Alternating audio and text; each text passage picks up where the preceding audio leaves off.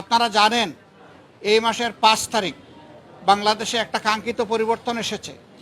এই পরিবর্তনের সামনের সারিতে থেকে যারা লড়াই করেছে অন্যায় অসত্য এবং জুলুমের বিরুদ্ধে, অধিকারের পক্ষে, তাদের কয়েকজন গুরুত্বপূর্ণ সমন্বয়ক আছে যারা সমন্বয় করে গোটা কর্মসূচি বাস্তবায়ন করেছে। তাদেরই একজন হচ্ছে হাসনাত আবদুল্লাহ।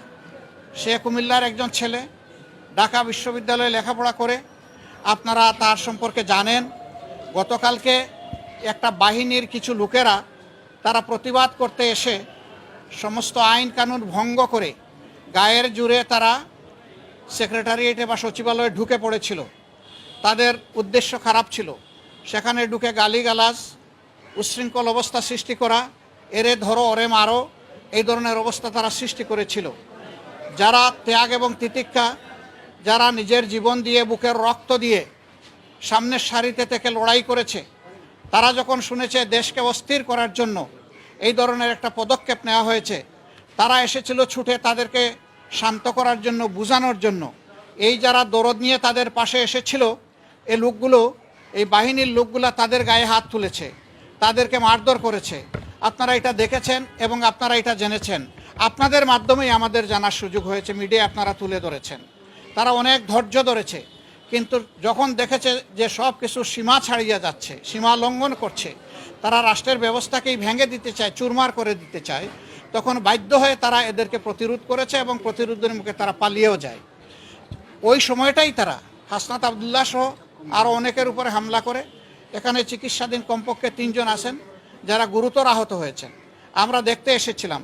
2 জনকে অস্ত্রোপচারের জন্য ওটিতে নেওয়া হবে, এই জন্যে ডিস্টার্ব হবে জেনে আমরা ওইদিকে যাইনি। আমরা শুধু হাসনাত আবদুল্লাহকেই দেখে এসেছি। আলহামদুলিল্লাহ, যতটুকু দেখেছি সে আশঙ্কামুক্ত, বাকিটা আল্লাহ ভালো জানেন। আমরা দোয়া করি আল্লাহ যেন তাকে সুস্থতার পূর্ণ নিয়ামত দান করেন। আর এই রকম একটা কাঙ্ক্ষিত গণবিপ্লবকে বিফল করে দেওয়ার জন্যে যে কোনো দিক থেকেই যে আসুক, গোটা জাতিকে এর ব্যাপারে সোচ্চার সজাগ থাকতে হবে এবং কেউ অপতৎপরতা চালালে সেটাকে বন্ধ করে থামিয়ে দিতে হবে। আপনারা কয়দিন হলো ভাই? এখনও তো একটা মাস হয় নাই, সামান্য কয়টা দিন গিয়েছে। দুনিয়ার জমানো সমস্ত দাবি দেওয়া নিয়ে সবাই এখন রাস্তায় নেমে গেলে যারা এখন সরকারে বসেছেন তারা দেশটা গুছাবেন কিভাবে? এতদিন আপনাদের দাবি দেওয়া কোথায় ছিল? সেই দাবি দেওয়াগুলো এতদিন করলেন না কেন? এখন এরা দায়িত্ব নিয়েছে জনগণের অনুরোধে, তারা তো ইচ্ছা করে এখানে আসেনি। তাদেরকে যদি সহযোগিতা না করে এইভাবে ব্যতিব্যস্ত করে তোলা হয়, তাইলে রাষ্ট্র পুনর্গঠন এবং মেরামতের যে কাজটা, এটা তো তারা করতে পারবে না। এখানে সকলের দায়িত্বশীল আচরণ আমরা আশা করি। যার যার দাবি আছে একটু ধৈর্য ধরেন। 15.5 বছর যদি ধৈর্য ধরতে পারেন, 2-1 মাস একটু ধৈর্য ধরেন, ওনারা একটু গুছিয়ে আনুক, তারপরে আপনারা স্বাভাবিকভাবে নিয়মতান্ত্রিকভাবে আপনাদের দাবিগুলো তুলে ধরেন। কিন্তু সেইটা করতে গিয়ে আপনারা সচিবালয়ে ঢুকে পড়বেন, আপনারা বিশৃঙ্খল অবস্থা সৃষ্টি করবেন, এটা তো দেশের জনগণ মেনে নেবে না। আপনারা কি দেশের জনগণের বিপক্ষে দাঁড়াতে চাচ্ছেন? এরকম যারা দুঃসাহস দেখাবে, জনগণ কিন্তু তাদেরকে ক্ষমা করবে না। আমরা আশা করব যে তাদের সকলের শুভবুদ্ধির উদয় হবে এবং কারো উস্কানিতে, ষড়যন্ত্রে তারা পা দেবে না। তারা নিজের বিবেক অনুযায়ী চলবে, দেশকে ভালোবাসবে, তারাও এই দেশের পুনর্গঠনে নিজেরা দায়িত্বশীল ভূমিকা পালন করবে। আমরা সকলের কাছে সেই দায়িত্বশীল আচরণ আশা করি। আপনাদের সকলকে ধন্যবাদ। আমাদের এই সাংবাদিক বন্ধু প্রশ্ন করেছেন, গতকাল প্রধান উপদেষ্টা জাতির উদ্দেশ্যেই প্রথম ভাষণ দিলেন। তো তিনি বলেছেন যে 17 দিনও হয় নাই, কিন্তু ইতিমধ্যে অনেক সমস্যা আমাদের দিকে ধেয়ে আসছে। সবাইকে তিনি ধৈর্য ধারণ করার জন্য অনুরোধ জানিয়েছেন, ওনাদেরকে একটু সময় দিতে বলেছেন। সামগ্রিক ভাষণকে আমরা কোন দৃষ্টিতে দেখছি? আমরা মনে করি একটা দায়িত্বশীল ভাষণ উনি দিয়েছেন। এই সময় এটাই দরকার ছিল।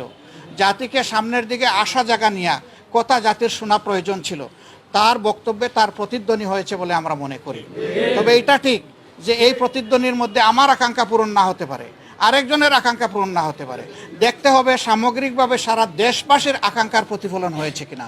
আমরা মনে করি হয়েছে এবং আমরা মনে করি তারা এখনও রাইট ডিরেকশনে আছেন। তাদেরকে সেভাবেই এগিয়ে গেলে আল্লাহ সাহায্য করবেন, দেশের জনগণও সাহায্য করবে ইনশাআল্লাহ।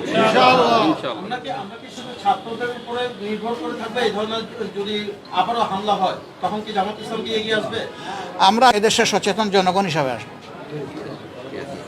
এবং ছাত্রদেরকে বাদ দিয়েও আসবো না। আমরা তাদের সহযোদ্ধা হিসাবে আসবো। তবে আমরা দোয়া করি এইগুলার যেন প্রয়োজন না হয়, সবার জন্য শুভ বুদ্ধির উদয় হয়।